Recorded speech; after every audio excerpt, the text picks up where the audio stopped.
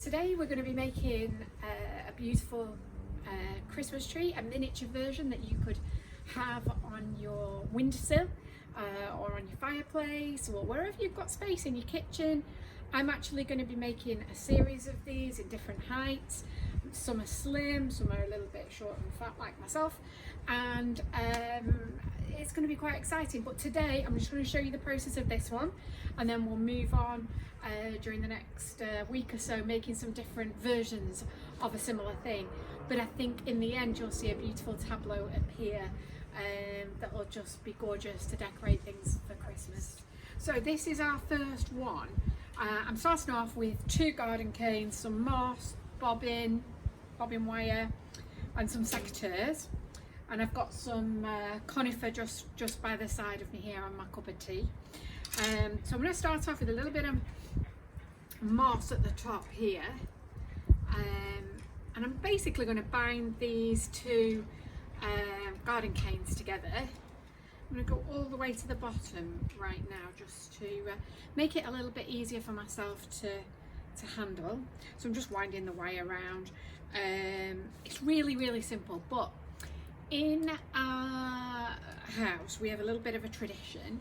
So everywhere that Jason and I travel throughout the year, we collect like Christmas ornaments, sometimes for our tree, but always we collect things to go on our windowsill.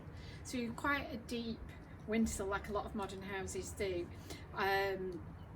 That's kind of a bay window sort of affair, and the things that we collect, which are kind of mainly things like little nativity sets from various places we've been, we put those on our windowsill and surround them with a little miniature forest. So it's like a tableau. That's what we like to refer to it as. So this year, of course, we haven't really been anywhere. This year has been so different. So instead, we thought we would make our own little Christmas trees, and that is kind of the plan.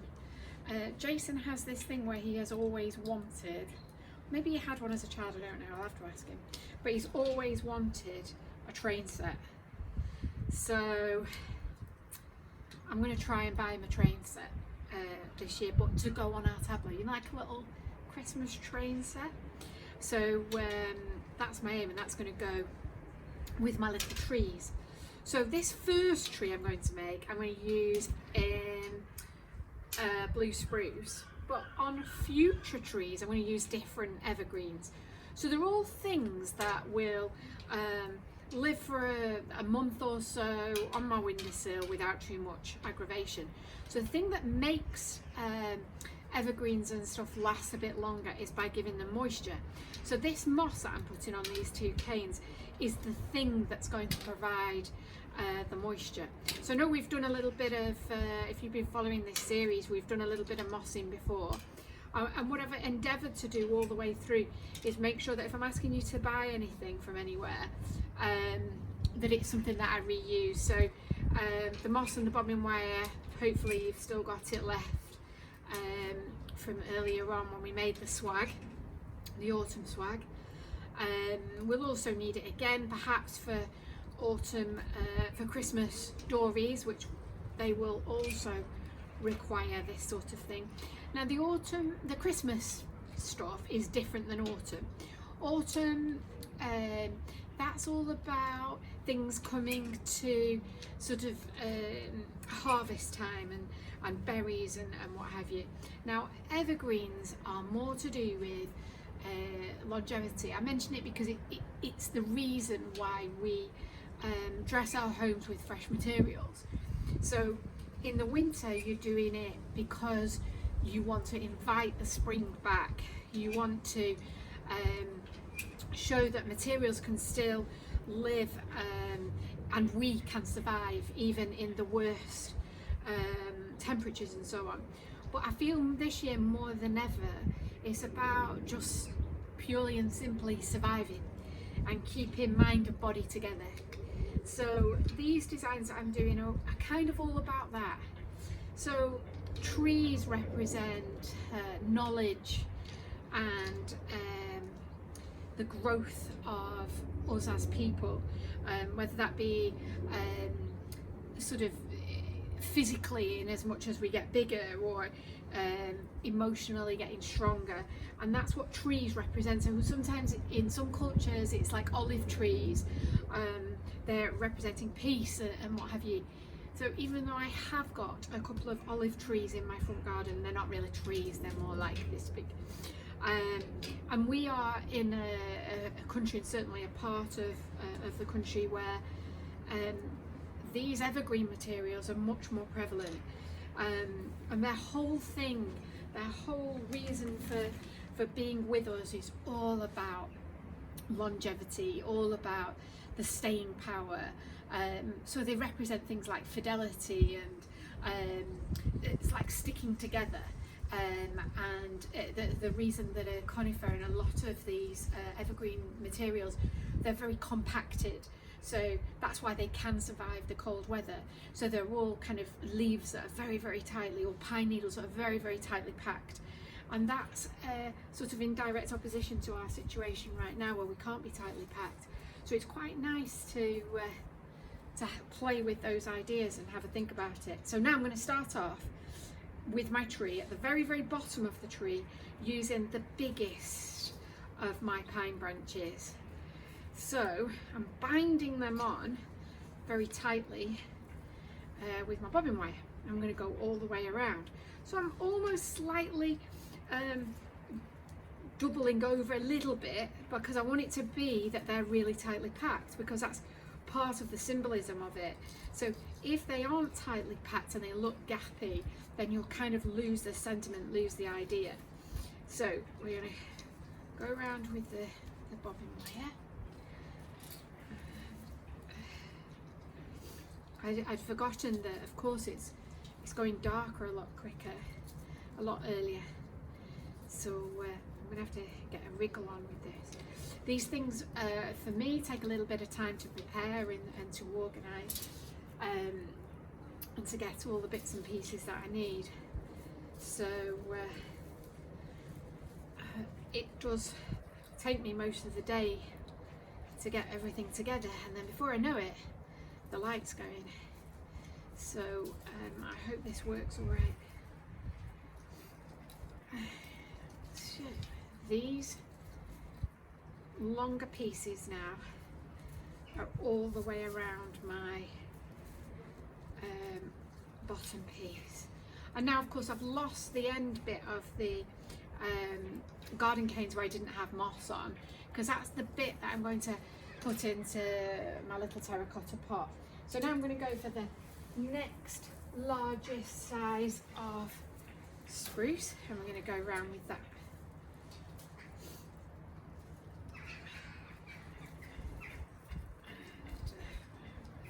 I've really put out as much as I had wall space for. So I've used so far in this little lot about 3 branches, but I think it's going to take quite a bit more than that to do. So keep going round and keep travelling up the piece of moss garden canes.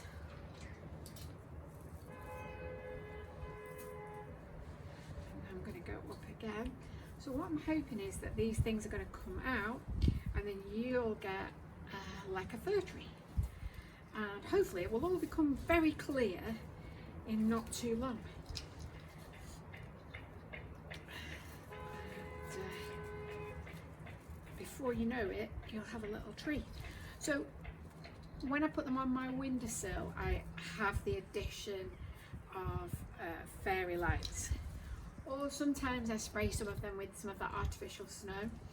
I like just have a few different textures, so I don't do too much of that, but just enough that you're giving it a slightly different look. I'm going to just go and get some more.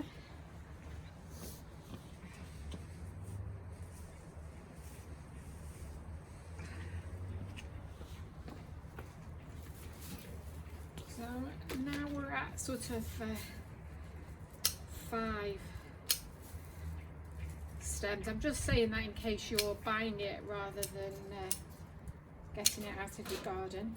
And I'm dividing all my pieces into small, medium, large, extra large and so on, because it's quicker to make if you've already done your divisions. I haven't stripped any of the foliage off the bottoms, and that's quite important really, because you don't need to when you're doing this. The needles themselves give you a little bit of purchase for the wire and just help keep everything together, so don't worry too much about it. I've absolutely got no wastage whatsoever. The stems are completely bare, so these bigger pieces I'm going to continue along here with, and then my smaller bits can join these smaller bits on here. I hope I don't have a dewdrop on the end of my nose. Right, let's go there, and then I use these little pieces for the top.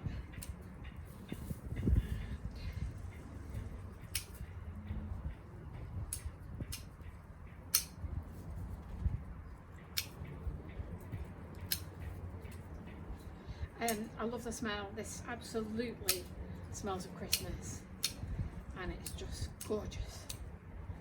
And when you're doing it, you're going, oh yeah, it's like Christmas has arrived. Okay, I've got to pull those bits there. Okay, and then we will continue. I'll just change bobbin wires in a minute. So sometimes you, with this sort of thing, you can underdo it, and really that's a danger. You don't want to underdo it. You want to have plenty on here. I'm making kind of a tall, elegant tree myself, because this particular one is probably going to be the biggest one that I make, or at least the tallest one that I make. And this will fit really nicely on my windowsill, and perfectly form a backdrop for all my kind of nativity sets and things, which I'll show you nearer the time. But it's really lovely. We got a really beautiful nativity set from when we went to Florence, and it was a really super modern Alessi one, which I really like, and my girls think is the ugliest thing they've ever seen. And then a much more traditional one from Parma Cathedral that I also really love, because when you pull these things out every year, it just reminds you of the places you've been and the people you've seen and the friends you've made. And this year is one of the very few years where we've really not bought anything, not been anywhere. Because I don't want to just buy stuff for the sake of it. I want to buy things because it's a memory in it. And even making this, when we're on Christmas Day, hopefully, if we have family with us, you know, and you'll look over and remember this day and making this in this moment. And that's part and parcel of being creative, I think, is remembering moments and kind of being present with what you're doing. And I do always like seeing something that's growing and building as you're making it, as this is. So, just putting my new bobbin on. Oops, a little twist there. I'm not tying them together, I'm doing more like you would do a tie on a sandwich bag. So quite simple. And then get more in. And I'm getting to the top. And this system of me going smaller with the branches is what's hopefully going to create the Christmas tree sort of vibe. Because of course on a Christmas tree that's exactly what happens. The branches get shorter as you move further up the tree. And also I have to say, it does get heavier. As you're turning it over, it does get more weighty. So it's even like a free workout as you're going along. There's loads of things that me and Jason think of like that. Loading a van, free workout, up and down off the van, fantastic. And you didn't even know you'd done it, and then you look at your watch and it says, you've done another 2,000 steps and you've burned 300 calories. Like, that's amazing. That was like for free. You didn't even know you were doing it. So now, going in with these, like these are a size smaller. And just keep going. And the thing is, not to rush it at the end, not to kind of get really close and think, oh yeah, that'll do. There can be no that'll do, because the top bit is probably the bit you're going to see the most, and the lower bit is probably the bits you're going to see the least. So give this as much attention as you gave it earlier on.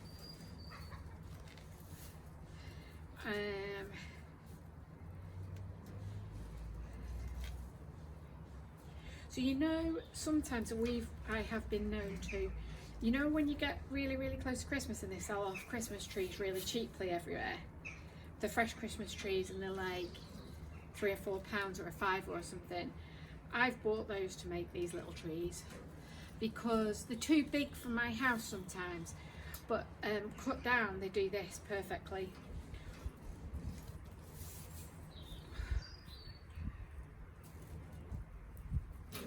And then I'm onto my smallest pieces. Here we go. I hope you're seeing a Christmas tree emerging.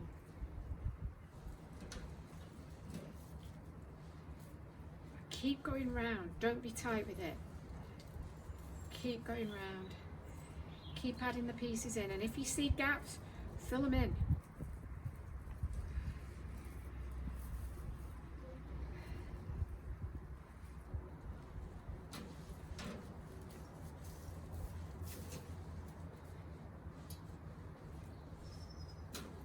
So some of these smaller ones, if I end up where I've got some left, which I might have a few left, but not tons, save them for your smaller Christmas trees, for a tiny baby Christmas tree. They will work for that, absolutely. No trouble at all.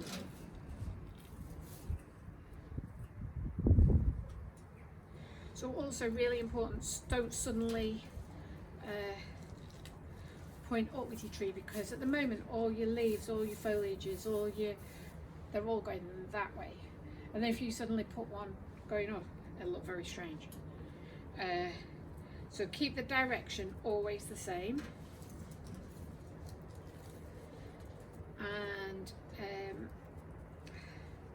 though it's taken me all day to prepare for this, it hasn't taken that long to actually make it, but I do think with all things, preparation is key, and certainly with flowers, you can't build anything decent on shaky foundations. Everything's got to be made beautifully from start to finish. So don't shortcut any of the preparation. It would be true to say it is the least exciting part of it, but it is also true to say it makes it go much more swimmingly if you've prepared perfectly first, and give it your best attention, really. You know that I've seen these sometimes made where people haven't bothered mossing it underneath, and it's absolutely true, you can't see the moss, but the moss is what's giving it kind of backbone and keeping it strong all the way through, and will make it last, you know. So you go to the trouble of doing this, and then because you haven't put your foundations in, it doesn't live, it doesn't last. So I would allow yourselves a good hour or more of preparation, cutting all your foliages up, getting your canes measured up against the container that you're going to put it in. You know, just really do the job properly, do it justice, because you will be so happy with this if you do, honestly. So now I'm getting to the very end, and I'm just using the little tiny stubby bits of spruce.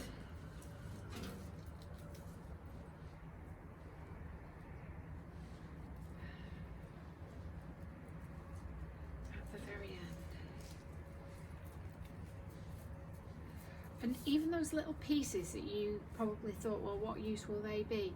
Now they're becoming vital to the finished thing. So cut every piece, look after every section. Oops, I need a bigger piece. And the thing is, the bobbin wire hides within the pine needles. You do have to cut it tightly.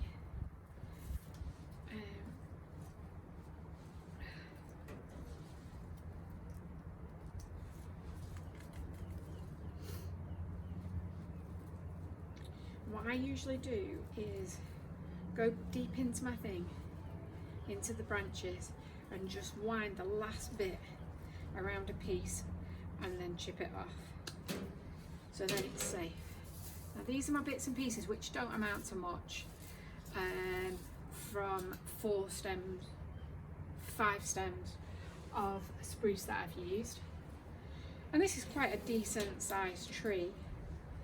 And then what I'm going to do, I'm going to have a quick drink of my biscuit tea.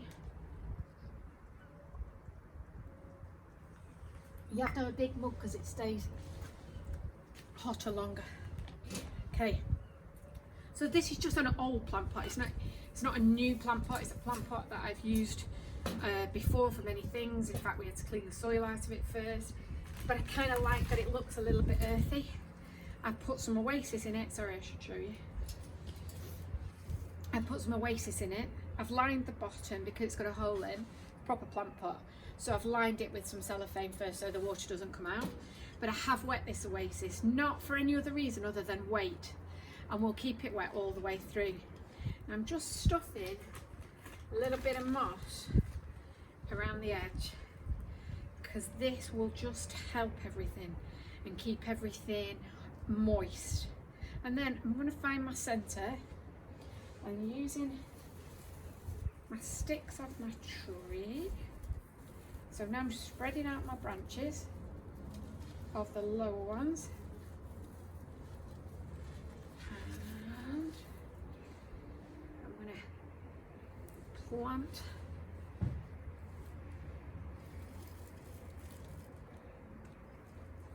my tree.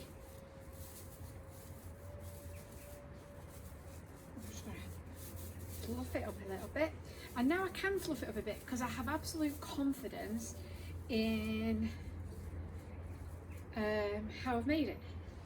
And if I twist it around,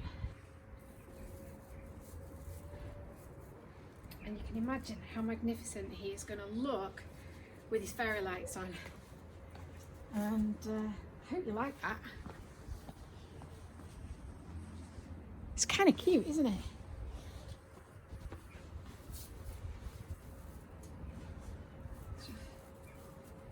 Pull him around a little bit.